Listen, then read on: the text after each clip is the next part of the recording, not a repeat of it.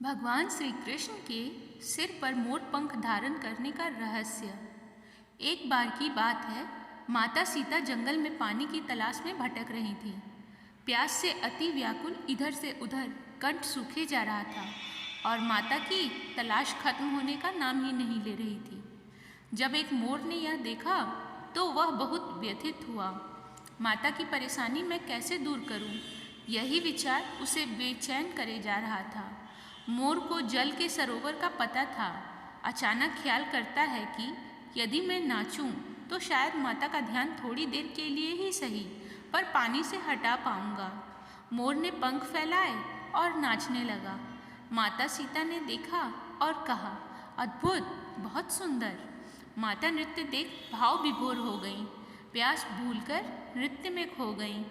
मोर बहुत खुश था।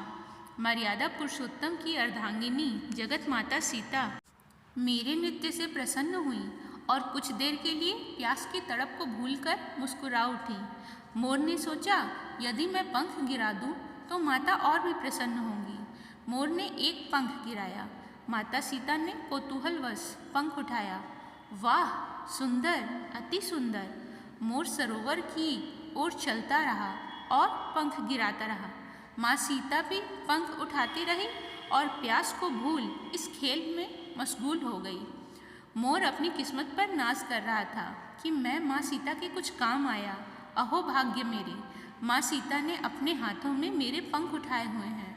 तभी माता सीता को सामने पानी का सरोवर दिखाई दिया। माँ सरोवर की तरफ दौड़ पड़ी। उनके हाथ से मोर पंख जमीन पर गिर गए और माता सीता उन मोर पंखों को पैरों से कुचलते हुए सरोवर की तरफ बढ़ गईं। मोर यह देख रोने लगा।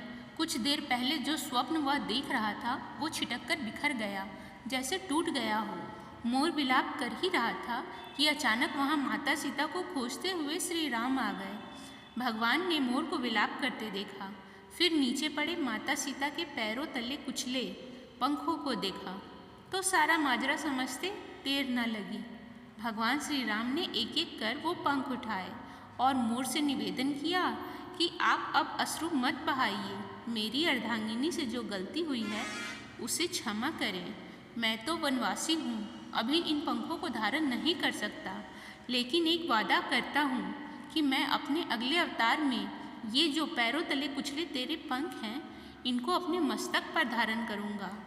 मोर प्रभु श्री राम से कहने लगा कि हे प्रभु, आपने मुझे हृदय से लगाया तो मैं भी एक वादा करता हूँ कि मेरी आने वाली पीढ़ी वर्ष में एक बार अपने संपूर्ण पंखों का त्याग करेगी।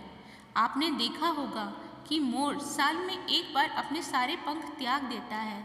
श्री राम जी ने अपने अगले अवतार में जब वो श्री कृष्ण बनकर धरती पर आए तो मोर से किया वादा निभाया और मोर पंख को अपने सर पर धारण किया। यही वो राज है जिसकी वजह से श्री कृष्ण ने मोर पंख को अपने सर पर धारण किया हुआ है।